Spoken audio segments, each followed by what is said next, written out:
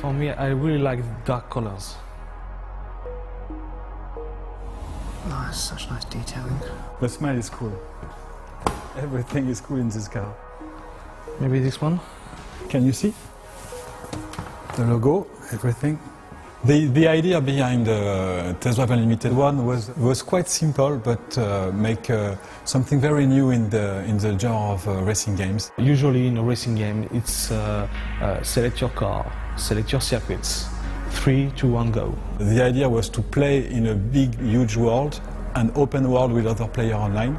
I mean, that was a big game. It was like 1,600 kilometres of road in that one. In fact, we've still had like 180,000 logins every single month to that game. It's like 4 years old. We haven't released any DLC for 2.5 years, and people will come back every single day and play it. And this, I think, is what we achieved in the first test drive.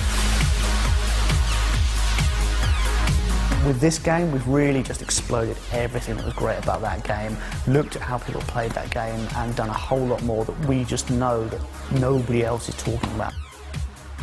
So the whole social side of things really came out of what we were seeing players do in the original game. Community, online play, all the effort on doing this even better than the first one. It's not a question of selecting really complicated things. It'd be great if we could kind of bring all that back into the game.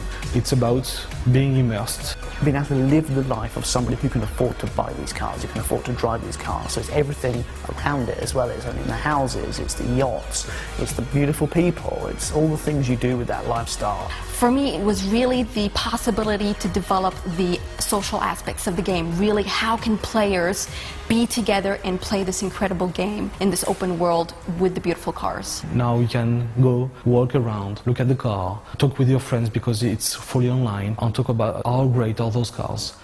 This is the same console that we have 6 years ago, so we have to make a bigger game. So what we have made, for example, is to add day and night cycles, it's to add weathers, real-time cast shadows, thing that makes the game even more realistic. And on top of that, you have the whole beautiful location, these beautiful islands of Ibiza and Oahu in Hawaii. When we were looking for a new area for the game, we wanted a real setting. And we were talking of all that elements, what will be cool, what is high life, talk about money, talk about beautiful cars, talk about parties, and we all look each other and we think Ibiza is the right place to do that. We had a contact over there, basically, a guy called Rafa, who's a lawyer on the island, works with the government, is a big gaming fan.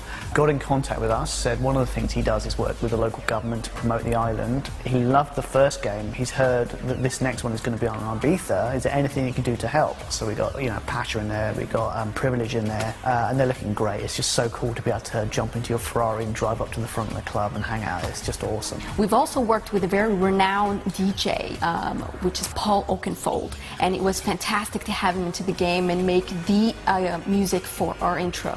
Making this game, on the journey of making this game, have been a tough and a really difficult one, but I think it was worth it. I remember that in the development of TD1, many of the developers, when they were debugging the program, they start to play, they start to drive, and sometimes they spend 15 minutes just driving and asking what I was making, what I was searching for in the game. This is the magic of TD. I feel excited.